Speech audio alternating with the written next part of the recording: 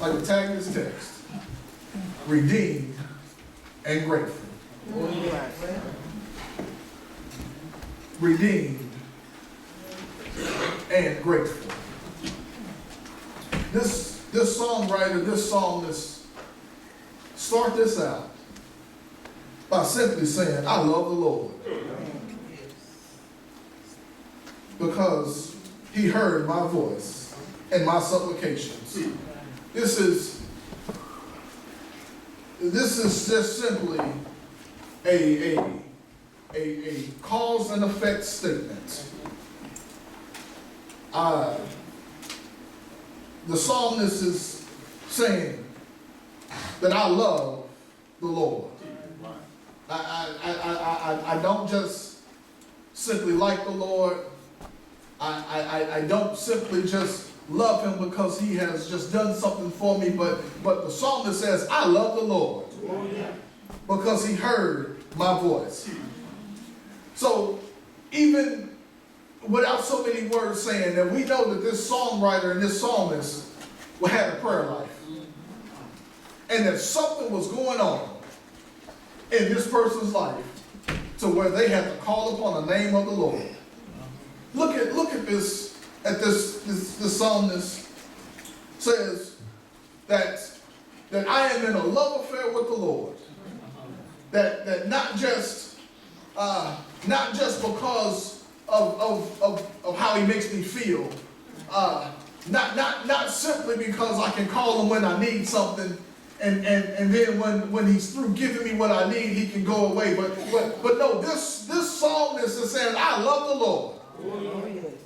I can remember hearing the old time church says, I love the Lord because he heard my cry and pitied every groan. I remember hearing my grandmother say, I love the Lord because he heard my cry.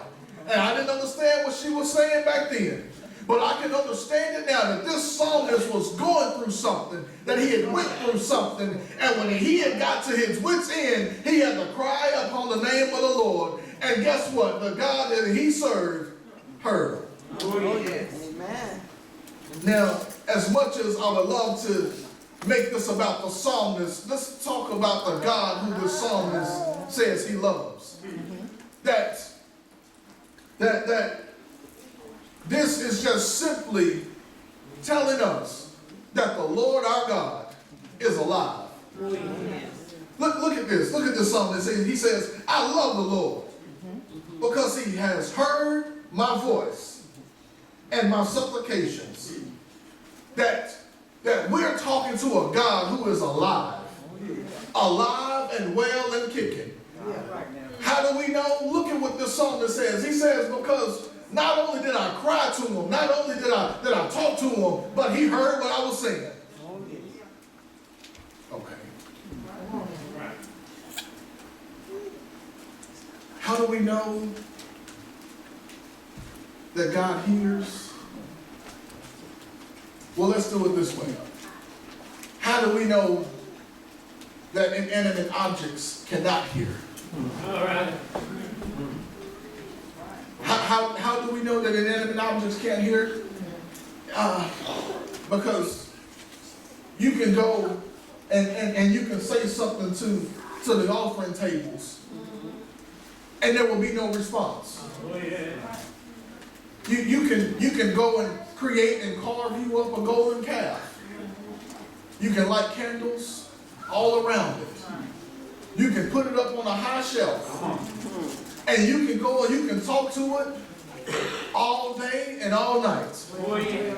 But unless you move it, it ain't gonna move. All right. And unless you dust it off, it's gonna get dirty. So what I'm saying is we can create a God if we want to. But we know that the Lord our God is alive and well. How do we know? Because I tried him and I know him.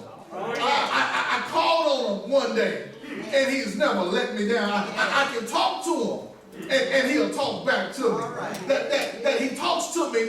He may not give me his audible voice like he did with Abraham and Moses and Noah. That he may not give me his audible voice, but he speaks to me through TV shows. He speaks to me through billboards. He speaks to me through his word. And that's the reason why you know that the Bible is alive, because I guarantee you, when you need something, you go read his word, and I guarantee you the words will jump off the page and answer every question that you have. This psalmist says, I love the Lord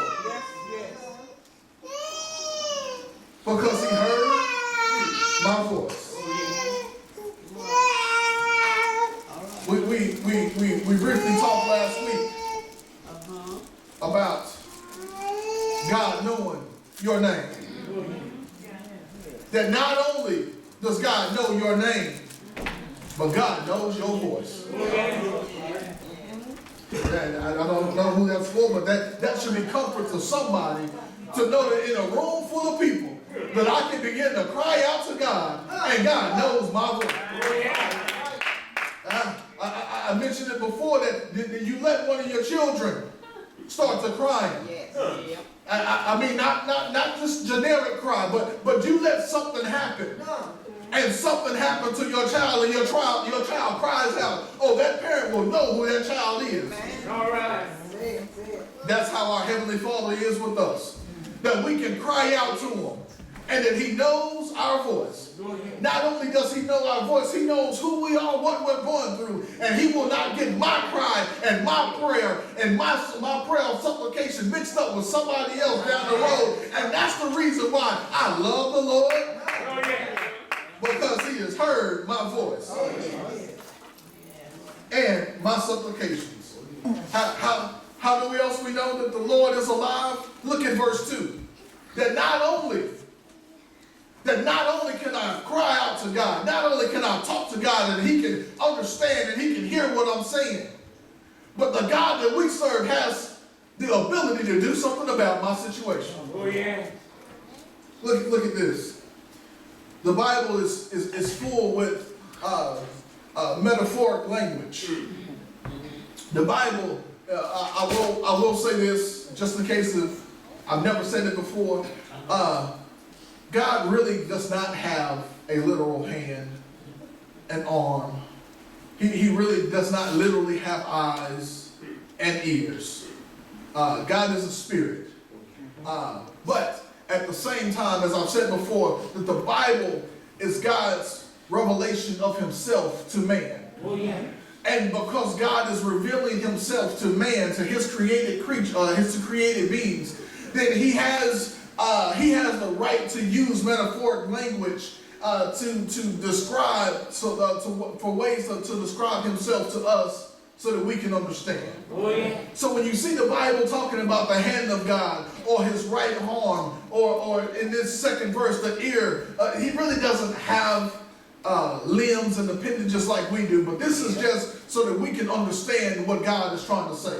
Oh, yeah. So the psalmist says that I love the Lord because he has heard my voice and heard my supplications, because he has inclined his ear to me. Oh, yeah. All right. Wait a minute, sir. Are you really saying that the God who created the sun, moon, and stars, put them in their place, and at the time of this writing, the sun still rose in the east Oh, yeah. and set in the west? Oh, yeah. Are you meaning to telling me, sir, that the God who keeps the waters of the oceans at bay and not allow them to run up on the land, are you telling me, sir, that this same God who spoke and said, let there be, and whatever he said next automatically came to be out of the thin air? So are you telling me, sir, that the God that you say that you serve, that you can cry out to him, he will hear you, and then you telling me, sir, that you mean so much to this God that he will actually take time out of his busy schedule and come and see about your needs? Oh, yeah. That's why so many people don't understand Christianity. Because to the outside world, we seem crazy. I mean, are you really telling me that you can pray to this invisible God? And you mean to tell me that you really think that he will open up a door for you? And that he can heal you? And I mean, you think about it, with God being who he is, he would be too busy being God not to come and see about little old me. All right. But I believe I would have a witness in this place to say, I don't care what somebody else say, All right. that I know my God is alive. Yeah. I know he's alive, because you don't know how he's wiped tears from my eyes. You don't know how he's made a way for me. And so that's why I don't care what somebody else says, that I know that my God is alive, because you don't know how one day he came and saved me. You don't know how he fed me, how he kept food in the house. You don't know how he's made me feel in the middle of the night when I've tried to call mama and daddy won't answer the phone. And you don't know how he's came in and he's let me know that everything was going to be all right. You don't know that when I lost the closest person to me and the tears kept falling down my eyes, that he was the one who held me in the midnight hour and rocked me and said, don't worry about it, it's going to be okay. That you don't know what he has done for me and how he has done it for me. So I dare somebody else to say it don't take all of that to praise God, because you don't know. You weren't there with me when he saved my soul. You weren't there when he walked with me. You weren't there when he held my hand. You weren't there. That's what this psalmist is saying. He says, I love the Lord because he has heard my voice and my supplications, because he has inclined his ear to me. Therefore, look at this. Therefore, I will call upon him as long as I live. Oh, yeah. I don't know what this psalmist was going through. I don't know what he went through. I don't know how God showed up and made a way for. I don't know. But one thing we do know is whatever he was going through, he prayed. And I will take the liberty to say this, that he didn't pray just one time. He prayed. He prayed. And he prayed some more. And when it seemed like God wasn't listening to him, he kept on praying. Oh, yeah. He kept on praying. And sooner rather than later, before it got too bad, and before the situation got too worse, that God showed up. This is the reason why the psalmist wrote this, because he has inclined his ear to me. That somehow, some way, that I was able to get a prayer through. And the God that I serve wasn't too busy, and he didn't put me on hold. All right. That, you know, look at this. This is the God that we serve. When you cannot pick up the phone, and you cannot call the CEO of AT&T. Oh, yeah. He's too busy being in meetings. That's too big.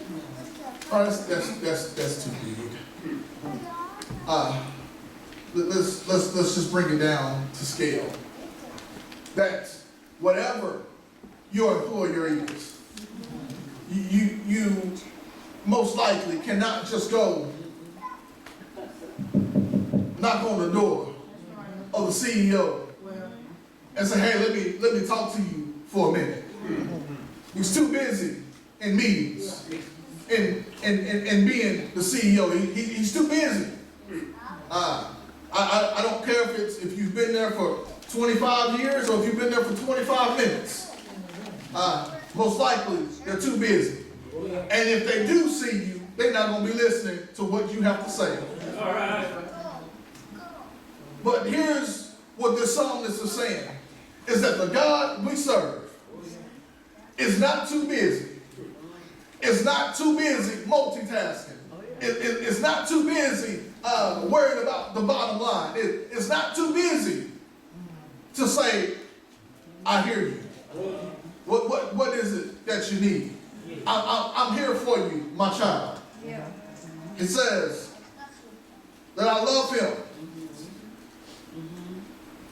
because he, not only did he hear my voice, but he actually listened to me. Okay. You know, there's a big difference between hearing and listening. See, there's a big difference between hearing and listening. We can be, even now with all the people in here, there could be 25 conversations going on. And just because you can hear people talking over here, you can hear people talking over here, and it doesn't mean that you're listening to all of the conversations. But if I'm listening, that means I'm actually paying attention to what you're saying. You know, they have the thing in the workplace now it's called active listening. To where not only are you listening to the person, but you're not listening to what they're saying and then trying to come up with a solution as they're still talking. I struggle with that myself. But sometimes you gotta slow it all down and you just gotta focus and listen to what the other person is saying. And then after they finish saying whatever it is they say, then the two of you can come up with a solution. And what the psalmist is saying is that the God that I serve is not too busy trying to find a solution as I'm talking to him, but he will actually listen to what I'm saying to him, and he will let me know that he hears me when I cry out to him. Oh, yeah. Says, because he has inclined his ear to me. And now, the psalmist says, therefore,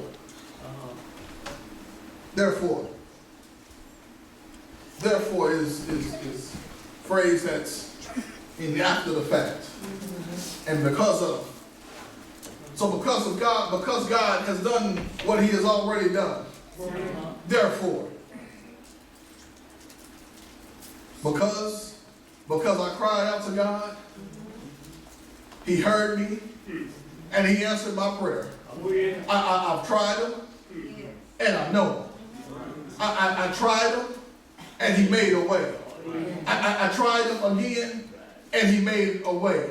I tried him a third time, and he opened up a door. I tried him a fourth time, and he hadn't let me fail yet. And what the psalmist is saying is, because God has done what he has done, you know what? There's no need for me to go nowhere else. Because I've tried him, I know him, and I know what he said is true. I know that he can open up doors. I know that he can make a way out of no way. I know what he can do because now I've tried him. And so now because I've tried him and seen it, what he can do, you know what? I'm going to call on the Lord, in the name of the Lord all the days of my life. Oh, yes. Yeah. So therefore what this psalmist is saying is, I'm not going back. I'm not turning around. I'm not giving up. Look at what this psalmist says. He says, therefore, I will call upon him as long as I live. Essentially what this psalmist is saying is it don't matter how bad it gets. It don't matter how hot the water gets. It don't matter how long I'm in it. I'm not going back. I'm not turning around. Devil, you can leave me alone because I'm not going back to what I once was. I'm not going back to the things that I used to do because I've tried the Lord. I've called on his name and he heard my cry and he made a way and he moved and he inclined it to me. So therefore, I'm not going back. Don't even try. I'm not doing it again because I know who my God is. Oh, yeah. Look at this. This is how you know that he was in something. Verse 3, the pains of death surrounded me. And the pains of Sheol laid hold of me. I found trouble and sorrow. All right. He says the pains of death surrounded me. Oh, yeah. And the pains of Sheol laid hold of me.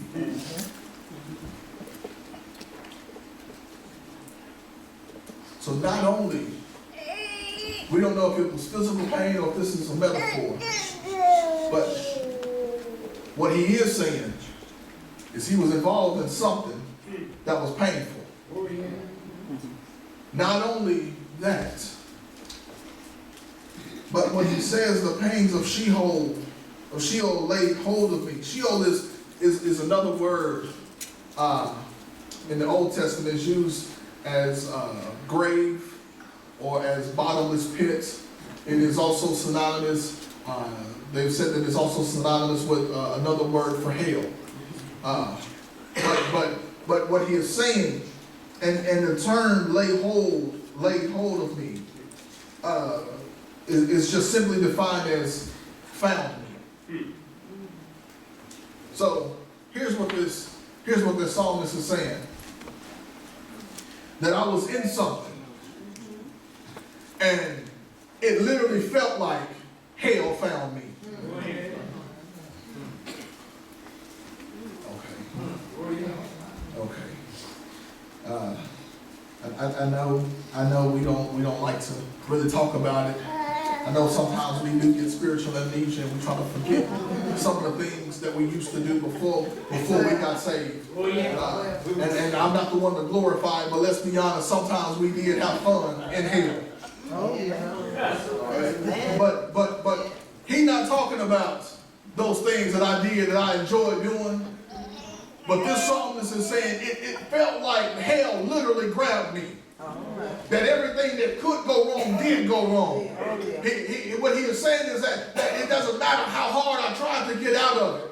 It seemed like no matter how hard I tried to fight it, when it seemed like whenever it was darker, when I was at my darkest hour, that it got even darker. When it seemed like every time I tried to do what was right, what does Paul say, that evil was right there waiting on me? That it seems like whenever it seemed like I was at my wit's end, that something else happened. When it seemed like I was at the bottom, it seemed like the bottom dropped down another 10 or 15 feet. That when it seemed like things could get no worse, then it got worse. It seems like no matter how bad the situation was, that no matter what I tried to do, I ended up making it worse. Oh, yeah. He says that hell literally found me. He says, look at this. He says, I found trouble and sorrow.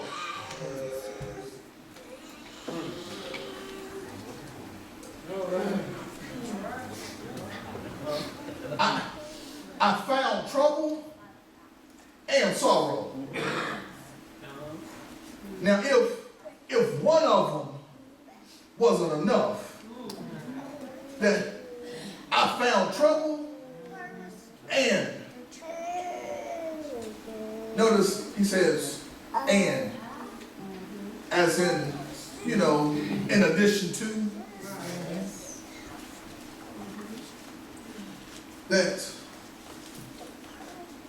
he says, I went out and I found it.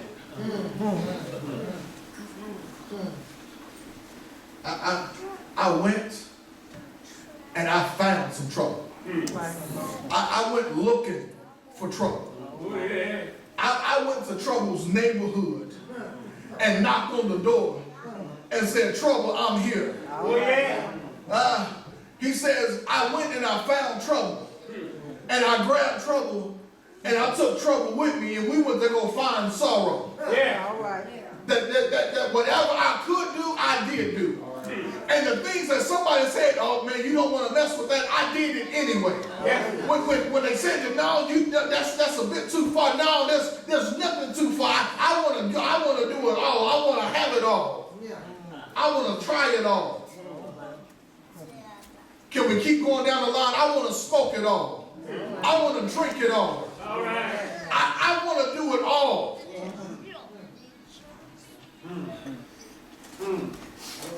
He says that I went out and I found trouble and sorrow. Oh, but for anybody who may be having those same thoughts, allow me to tell you this, that you're not as big and as bad as you think you may be. Because there is always someone, something bigger and badder than you. And what I don't want for anybody is to go out looking for it and you find it. Because then you will realize real quick how big and how bad you are. You know, let's look at this. It takes a special kind of crazy to go out looking.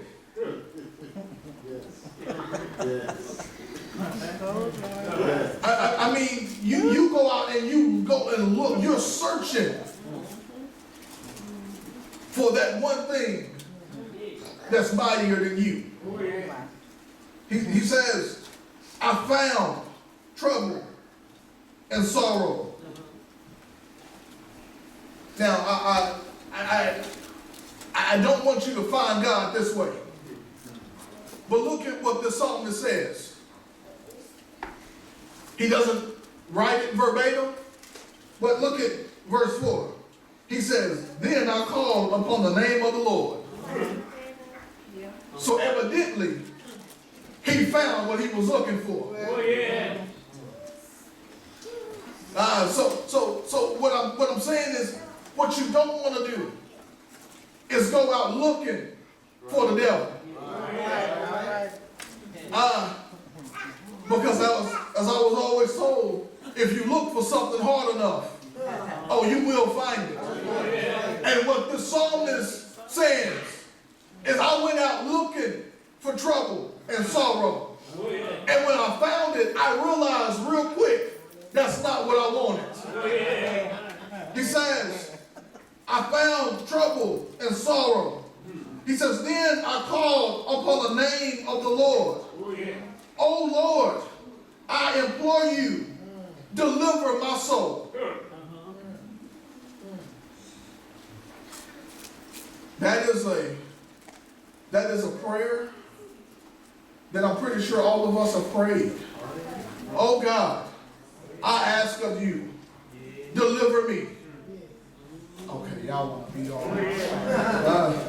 I will say it myself, that there were some times in my life that I told God, God, if you get me out of this one, God, you ain't ever got to worry about me coming back here again. Because God, I found myself in a place that I don't want to be in. I went out looking for the devil, and you know what? I just about found him. And I realized real quick that I don't want no parts of what he got to offer. So God, I'm asking you to get me out of this. And God, if you get me out of this one, you don't ever have to worry about me coming back down this road again. I may not do everything that you told me to do, but I'm not going to go down that road no more. I may go to the right and I may go to the left, but you don't have to worry about that one no more. You can X this one off because I've tried that one and I know that's not what I want. But God, I ask you that if you can do me one favor, God, just look down a little on me and deliver me from this.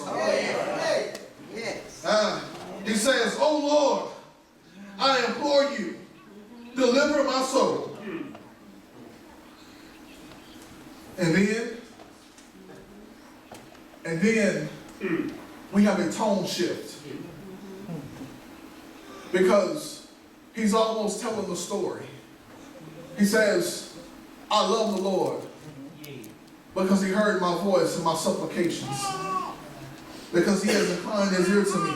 Therefore I will call upon him all the days as long as I live. And then he tells us what happens. And the reason why he ended up calling upon the name of the Lord. And now we have a tone shift. Look at this. He says, gracious is the Lord and righteous. Yes, our God is merciful. Okay. He says, gracious is the Lord that our Lord is full of grace. This is the key verse. Gracious is the Lord.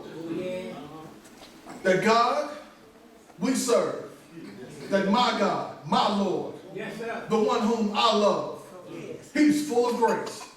And how do I know that the God that I serve is full of grace?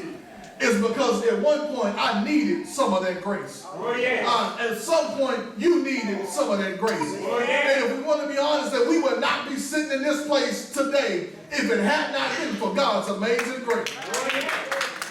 That's why I had to, it took me a few years to understand it, but that's why Amazing Grace is probably one of the most beloved church songs, because we all had to get some of that amazing grace. And when you really boil it down, and when you can hear those words, amazing grace, how sweet the sound that saved a wretch like me. And you ain't even got to go any further, because if you go down the timeline of your history, then you can say that I haven't always been good, I haven't always said the right thing, I haven't always done what God has told me to do, but amazing in his grace, because I remember what I once was, I remember what I once did, and I remember not only the things that I did, but God, I remember the things that I wanted to do. I mean, those things that I couldn't do because I didn't have a ride to do it. In fact, I would have done it, but I didn't have nobody to smoke it with me. I mean, I would have drunk it, but I couldn't have drank the whole bottle. So because I didn't have nobody to drink with me, I just decided not to. I mean, those things that God, I wanted to do, but I couldn't do. But if I haven't had the opportunity to do it, or you could have put that on my list also. But God, I thank you for your amazing grace that saved somebody like me, that saved a sinner like me, that saved somebody who was bad like me, that saved somebody who cussed like me, who saved somebody who thought the things that I thought, who saved somebody who went the places that I went to, who saved somebody who hung out with the people that I hung out with, who saved somebody like me. That's why you ain't got to worry about me trying to judge nobody else, because maybe if God could save somebody like me, his grace can save everybody, because I know who I was, I know what I did, and his grace, he says, gracious is the Lord, and he's righteous. Look at this, that not only is it his grace, he says, yes, our God is merciful.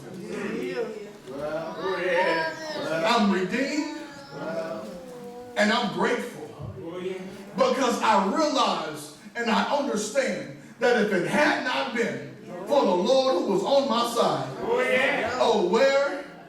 where would I be? I realize that yes, our God is merciful. I know he's merciful because he has shown me mercy. Yes, sir. He has shown me mercy. Yes. Not only back then, but he shows me brand new mercies every day. Oh, yes. Because even though I try to do what's right, I still mess up. Yes. Even though I want to do what God tells me to do, I make mistakes. And each time I make a mistake, and each time I go off the script, and each time I go and do something that he doesn't want me to do, he has the legit right to take me out. Oh, yes. But he says, you know, I'm just going to show a little bit of mercy. I know you don't deserve it. And I know you're going to do it again. But yet, I love you so much that I'm just going to give you another chance. I know you're going to abuse this other chance, but I'm going to give you another chance anyway. And I'm so glad that God gives us another chance. And that God doesn't throw me away and discard me and disown me because of a mistake. He says that gracious is the Lord and righteous. Yes, our God is merciful.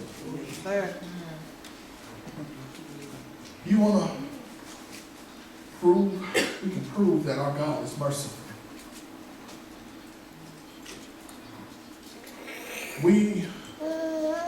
And it's sad to say that we